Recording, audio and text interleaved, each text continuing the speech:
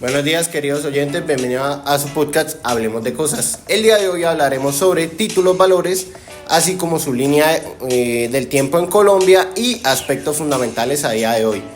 junto con Juan Sebastián Trae la Viña Niño y mi nombre es Daniel Esteban Paloma Gómez. Para ello, la primera vez que se habló del tema fue en el Código de Comercio de Napoleón, en donde se decía que existían papeles que por sus características eran especiales, ya que agilizaban el tráfico comercial de una figura diferente a la cesión. Posteriormente, en 1853, fue la primera vez que en Colombia se hablaron de los títulos valores, siendo una réplica del Código Español de 1829. Ok, bien. En 1869, para la historia colombiana, el Estado Soberano de Panamá adoptó su primer Código de Comercio Terrestre, que a su vez fue una copia del Código de Comercio chileno del 65. Posteriormente, en el 87, se adoptó formalmente en Colombia el Código de Panamá mediante la Ley 57 de 1887, donde se los conocía a los títulos valores como efectos y papeles de comercio, e incorporando más no definiendo los títulos como la letra de cambio, la libranza, el pagaré y entre otros. De manera que intentó haber una mixtura entre la tendencia europea en España y Francia.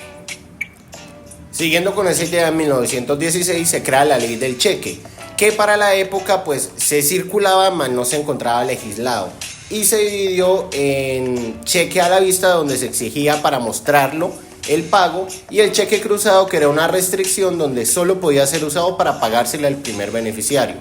Asimismo se reguló el protesto, que era una figura jurídica que se usaba cuando se rechazaba el cheque sin razón expresa. En 1921 nace la Ley 20, en donde se regulan los aspectos como el certificado de depósito de mercancía, siendo una constancia de poseer X cantidad de mercancía en determinado sitio, la cual se vendía junto con dicha mercancía, y el bono de prenda, que era una figura jurídica accesoria a la anterior, que servía como garantía de que la mercancía no se comercializaría. Siguiendo la tendencia que tuvimos de esa mixtura de títulos y de ideas traídas de Europa, esta vez tenemos ideas americanas, ya que gracias a Edwin Walter Cameron se organizó en el país una tendencia de corte angloamericano. Se crearon instituciones como la Contraloría General de la Nación, se organizó el Banco de la República, el Departamento propio de la Contraloría, y se expedió la Ley 46 de 1923, o la que conocemos como la Ley de Instrumentos Negociables, con una estructura metodológica pública, que tenía como una connotación importante la expresión del derecho que tenía en el documento escrito como tal, presentando una característica especial de circulación.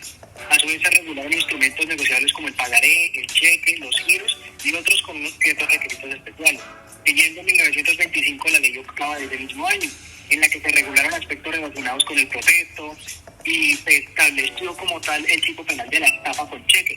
de manera que se instauró formalmente el protesto a las letras de cambio y se penalizó exactamente ese aspecto de los títulos valores. Ya en 1931 se crea la Ley 58, que crean sociedades anónimas y sociedades por acciones, además de la Superintendencia de Sociedades Anónimas, y se empezó a regular la expedición de las acciones. Posteriormente, a mediados de los 60, en América Latina se busca coordinar instituciones, por lo que el 3 de diciembre de 1964 se crea la INTAL, Instituto para la Integración de América Latina, que empieza actividades formalmente el 24 de agosto de 1995, que tenía como finalidad ser un centro de estudios de integración para constituir requisitos generales de los títulos valores en toda la región latinoamericana y un instrumento de fácil movilidad para lo mismo. Siguiendo estas tendencias modernas, en 1971 se crea el Código de Comercio propiamente dicho en Colombia mediante el Decreto Extraordinario 410, del cual interesa especialmente su libro tercero, en su título tercero, que trata sobre los bienes mercantiles, dándole el concepto de títulos valores y teniendo la letra de cambio, el pagaré, el cheque, los bonos, los certificados de depósito, el bono de prenda, el certificado de porte y conocimiento de embarque, y la factura cambiaria como sus principales innovaciones. Siento que en razón de la inquietud que se tuvo con la expedición de este nuevo Código de Comercio, lo único que se han establecido desde entonces han sido ciertas leyes dispersas, y es por ejemplo la Ley 20 de 1921, el Decreto 1821 de 1929, el Decreto 356 de 1957, las cartas de porte y conocimiento de embarque, en los títulos respectivos de la Ley 58 de 1931 y muchos otros más que responden tanto a las modernas formas de los títulos valores como del comercio en sí mismo. Ya en la actualidad, como tal, el Código de Comercio en el artículo 619 define que los títulos valores son documentos y da 4 características importantes. La legitimación, es decir, que da la facultad del ejercicio del derecho; la literalidad, que el derecho debe estar expreso en el mismo; la autonomía, que el título de valor no se llega a afectar si se cancela el negocio jurídico que lo originó; y la incorporación, es decir, la inclusión del derecho en el título, siendo un lazo inseparable entre los mismos. Siguiendo con las formas en las cuales el Código de Comercio ha establecido esta nueva regulación para los títulos valores, algunos de los requisitos que se mencionan son, primero, que para la validez del título de valor concretamente se tiene que hacer mención del derecho en el que él se incorpora, la firma de quien lo crea, que puede ser sustituida bajo la modernización de las formas en las cuales se establece un signo distintivo, por ejemplo, un signo o una contraseña, el lugar de cumplimiento donde se va a ejercer el título, dado que este no se mencione, pues será el del domicilio del creador del mismo. Y como último punto de esto, es que si el título de valor se desea usar como una prueba, esta pierde como tal su connotación de título de valor y pasa a ser un documento probatorio, solicitando en primer lugar la existencia de aquel documento en el proceso en el que se pretenda hacer valer. Pero ¿cómo llegamos a esto? Esto afectó la doctrina, claramente. Por un lado, Savigny dijo que todas las obligaciones de alguna importancia se concluyen habitualmente por actos escritos en vez de simple convención verbal, es decir, le agregó el tema de la literalidad. Brunner dijo que el derecho se debe incorporar al título y esta unión es inseparable posteriormente, de manera que la validez del título se condiciona a su presencia, es decir, la incorporación. Jacob dice que son promesas abstractas e incondicionales, ya que me obligo yo frente al documento y no frente a la persona, es decir, la legitimación. Y Vivante afirmó que el título de valor debe ser autónomo, es decir, abstracto. Retomando esta idea de la autonomía y entendiendo la importancia tan grande que tienen los títulos valores en la vida civil y comercial de la nación, se tiene que tomar en cuenta estos 3 aspectos: que los títulos valores mueven la economía, otorgan seguridad jurídica y a su vez son una expresión del ius in re. Primero, la economía, sobre todo porque traspasan fronteras gracias a su eficacia, su celeridad y su circulación económica en el mercado. Otorgan seguridad jurídica porque son obligaciones que se hacen constar de manera concreta en cada título y no es necesario necesariamente acudir a un proceso declarativo, exceptuando que se le quite esa connotación de título de valor que mencionamos anteriormente, sino que se pueden accionar directamente por parte del acreedor mediante un proceso ejecutivo.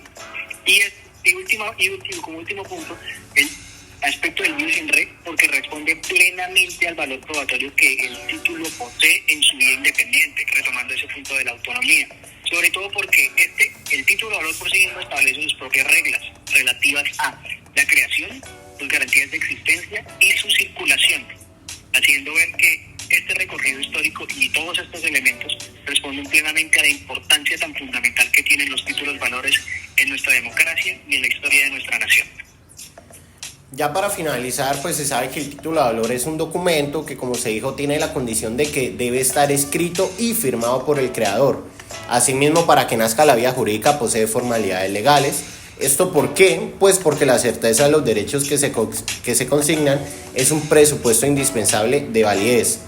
Asimismo, se debe tener en cuenta que es un documento especial porque no puede ser ningún otro por las particularidades del mismo. Y puede ser un documento probatorio que en tal caso pierde la esencia del título de valor, pues se vuelve un medio de prueba. Un documento constitutivo porque crea derecho, un documento dispositivo porque se puede disponer del título de valor en cualquier momento, un documento de presunción requerible porque es necesario que se presente para reclamar el derecho, y un documento federaticio porque genera rentabilidad e interés. Asimismo, pues en la actualidad existen distintos títulos valores como títulos de crédito, circulatorios, papeles de comercio, instrumentos negociables, efectos de comercio y documentos negociables. Sin embargo, pues en Colombia se conocen como títulos valores. Y eso sería todo, oyentes. Muchas gracias por estar sintonizándonos. Hasta luego.